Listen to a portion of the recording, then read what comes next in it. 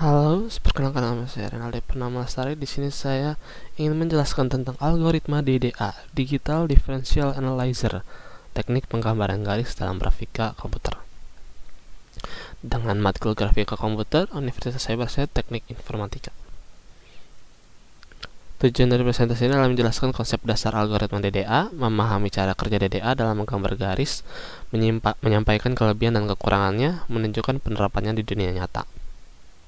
Dalam dunia grafika komputer, kita tidak dapat menggambar garis seperti di atas kertas. Layar komputer terdiri dari piksel titik-titik kecil yang harus dinyalakan satu persatu untuk menampilkan gambar.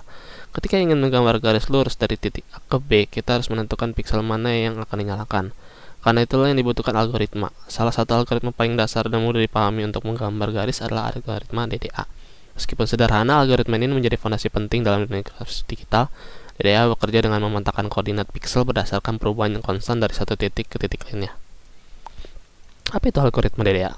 DDA adalah singkatan dari Digital Differential Analyzer, sebuah metode numerik yang digunakan untuk menggambarkan garis antara dua titik dalam ruang piksel. Konsepnya sederhana, menghitung titik-titik piksel mana saja yang paling mendekati garis lurus yang ingin kita gambar. Kemudian menyalakan piksel-piksel tersebut secara berurutan. Hal penting yang perlu kita pahami adalah DDA menggunakan pendekatan incremental, artinya ia menambahkan nilai kecil secara bertahap. Algoritma ini membutuhkan titik mana yang perlu ditampilkan berdasarkan sebuah curam garis tersebut. Meskipun hasilnya bukan garis sempurna, tetapi cukup mendekati secara visual dan sangat berguna untuk pemrosesan digital. Langkah-langkah algoritma DDA berikut ini tahapan umum secara kerja DDA. Pertama, tentukan koordinat titik awal dan akhir. Kedua, hitung perbedaan jarak horizontal dan vertikal, dx dan dy. Ketiga, tentukan jumlah langkah berdasarkan perubahan terbesar antara dx dan dy. Keempat, hitung seberapa besar perubahan x dan y di setiap langkah. Dan kelima, mulai dari titik awal. Tambahkan perubahan tersebut secara berulang dan tampilkan piksel pada posisi yang dibutuhkan. Ilustrasinya seperti ini. Contoh, kita ingin menggambarkan garis dari titik 2, 3 ke 6 ke 5. dx sama dengan 4, dy2 langkah sama dengan 4 karena dx lebih besar daripada dy. Tambahan x sama dengan 1, tambahan y 0,5. Titik-titik koordinat hasilnya adalah 2,3, 3,5, 4,4, 5,4,5 dan 6,5.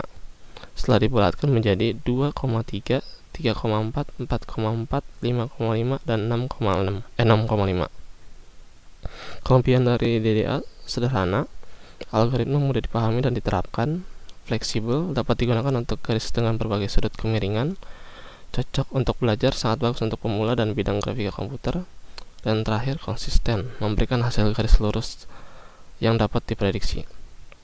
Dan tentu saja ada kekurangannya. Menggunakan angka desimal ini bisa memperlambat proses komputasi pada sistem tertentu. Membutuhkan pembulatan. Pembulatan bisa menyebabkan garis terlihat sedikit patah atau tidak sempurna. Kurang efisien untuk sistem besar. Dibanding algoritma seperti Bresenham, DDA lebih lambat dan tidak optimal untuk aplikasi waktu nyata. Dan ada 4 penerapan DDA di dunia nyata. DDA digunakan dalam berbagai konteks. Yang pertama, aplikasi menggambar seperti Paint dan CAD untuk menggambar garis sederhana. Game 2 dimensi untuk mengatur garis visual antar objek. Dan yang ketiga, UI UX Design Tools menggambarkan border atau layout antar muka. Dan terakhir, pembelajaran algoritma grafika, materi wajib dalam pendidikan dasar pemrograman visual.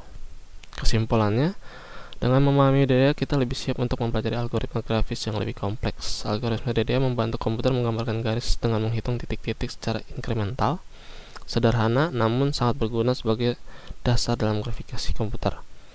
Meski bukan yang paling efisien, DDA tetap relevan untuk pembelajaran dan pemahaman logika visual. Itu saja yang dapat saya sampaikan. Terima kasih.